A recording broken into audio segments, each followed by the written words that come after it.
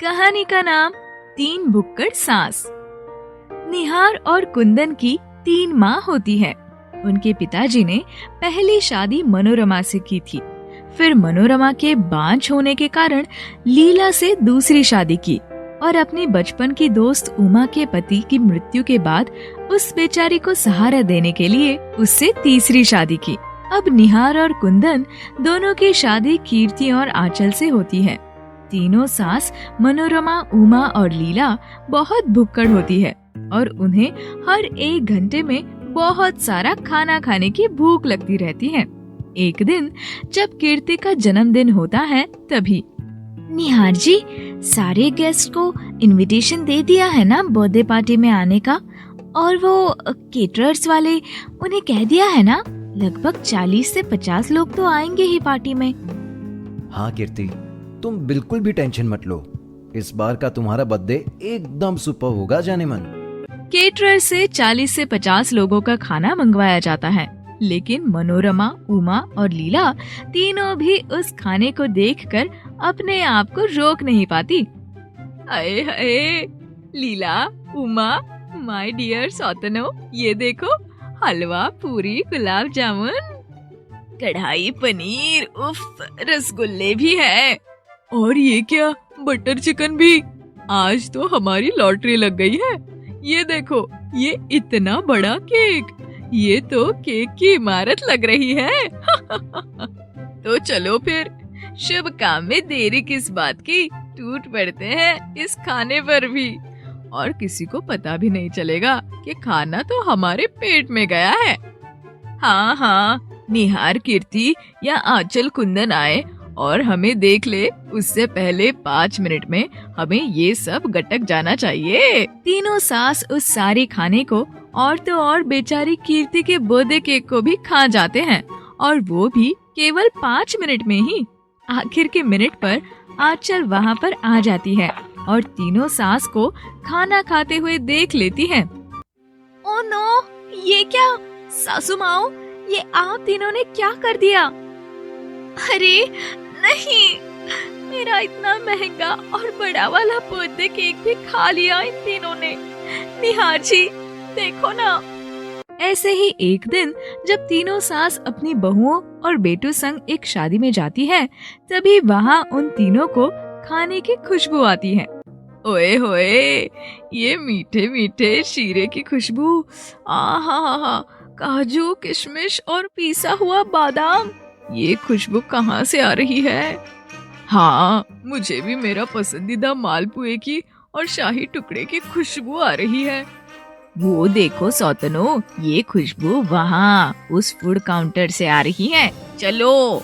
तीनों सास भाग भाग कर फूड काउंटर के पास जाती है, और जब वहाँ के नौकर 2 मिनट के लिए अंदर जाते हैं, तभी वो तीनों वो सारा खाना खत्म कर देती हैं। और तभी वहाँ के सारे गेस्ट्स उन्हें देख लेते हैं और पेट दबाकर हंसने लगते हैं, और निहार, कीर्ति और कुंदन आंचल को ताने कसते हैं। देखो तो कैसे पागलों की तरह खाना खाए जा रही है ये तीनों, इन दोनों की माँ और इन दोनों बहुओं की सास। ऐसे खा रही हैं जैसे कि इन्हें सदियों से खाना ना मिला हो।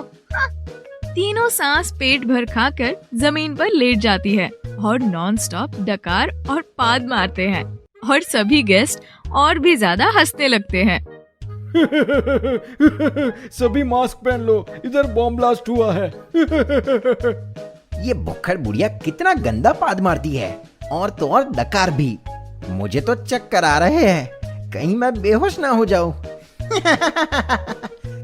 निहार, कुंदन, कीर्ति और आंचल को ये सब सुनकर बहुत शर्मिंदगी महसूस होती है, लेकिन तीनों भुक्कड़ सास होती हैं कि अपने भुक्कड़गिरी छोड़ने का नाम ही नहीं लेती।